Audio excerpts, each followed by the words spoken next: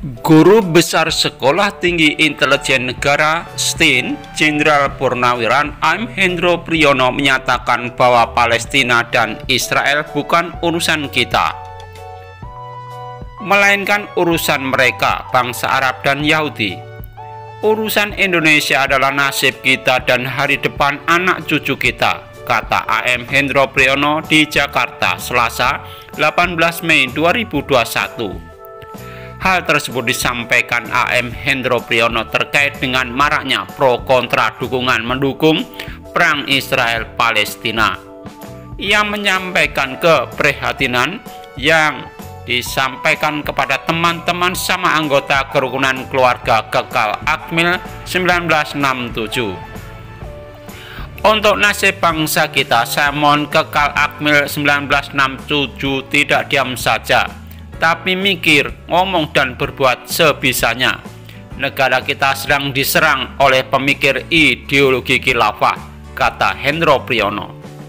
Menurut Hendro Priyono, banyak orang yang sudah terbawa arus pengkhianatan mendukung ideologi khilafah, liberalisme, kapitalisme, komunisme, atau ideologi asing apapun. Ada juga oknum aparat militer dan polisi, apalagi ASN, aparat sipil negara, juga politisi. Kalau ada yang melecehkan saya karena saya membela filsafat dasar bangsa kita, Pancasila, tolong merapatkan barisan dengan saya untuk membela diri bangsa kita sendiri. Ironisnya kekal sekali orang yang mengkritik saya membela Pancasila demi membela negara sendiri, tapi dia menggebu-gebu membela Palestina, ujar Hendro Priyono. Lebih lanjut, Hendro Priyono mempertanyakan apakah pengkritikannya tahu tentang siapa Palestina dan Israel itu? Apakah pengkhianatan itu dikenal dengan Mahmud Abbas, atau kenal dengan Ismail Haniyeh, atau kenal sama Reuven Rivlin atau Benjamin Netanyahu? Saya yakin tidak kenal. Yang dia kenal adalah anak, istri, mantu, dan cucu sendiri. Kenapa yang dibela orang-orang yang tidak dikenal? Tanya Hendro Priyono. Pernyataan Hendro Priyono ini menanggapi informasi tentang adanya mantan politisi yang tidak senang terhadap sepak terjang yang gigih membela Pancasila melawan ideologi asing. AM Hendro Priyono juga mengingatkan tentang hancurnya Libya dan Muammar Gaddafi, pemimpin Libya yang dicintai oleh 90% rakyatnya, dan Libya yang hancur akibat pengkhianatan jumlah yang hanya 10% dari penduduk. Akibat provokasi Barat dan organisasi Pakta Pertahanan Atlantik Utara NATO, rakyat Libya membunuh Gaddafi yang memberikan kesejahteraan. Gaddafi dihajar secara membabi buta oleh orang yang notabene rakyatnya sendiri.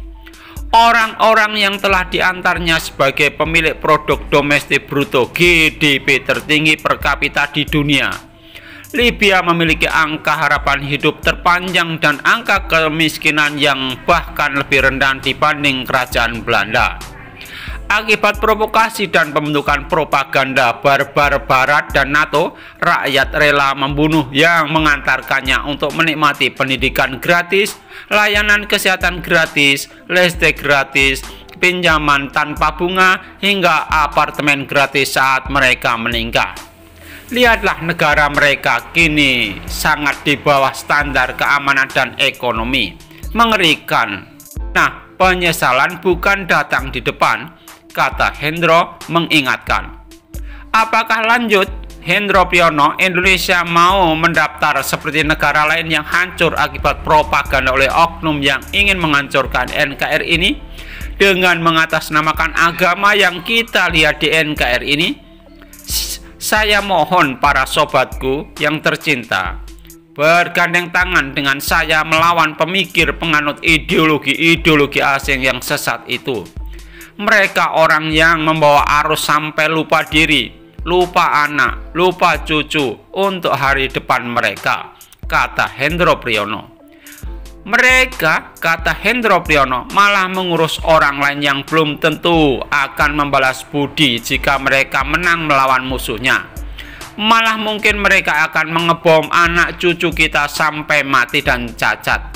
Tidak ada dalil balas budi dalam politik. Tidak pernah ada. Jadi para sobatku yang tercinta, kalau ada yang mengkritik saya, kita dalam bicara melawan khilafah atau ideologi apapun, mohon dikanter melawan. Jangan takut, jangan juga diam saja. Karena diam berarti melakukan pembiaran, dan itu adalah kejahatan yang disebut sebagai crime of omission, yakni kejahatan karena membiarkan orang melawan negara bangsa kita sendiri. Papar Hendro Priyono. Hendro Priyono mengajak dan berharap sebelum akhir hayat bangsa dan negara Indonesia harus tetap berdiri dengan ideologi Pancasila. Juga belajar dari Libya, Suriah, Afghanistan, Yaman yang hancur. Kita harus tetap berdiri di atas tanah air bangsa kita sendiri, bukan di atas tanah Palestina, bukan Israel, bukan Arab. Pangkas Hendro Priyono. Demikian tayangan PT Kreator. Sampai jumpa untuk tayangan berikutnya.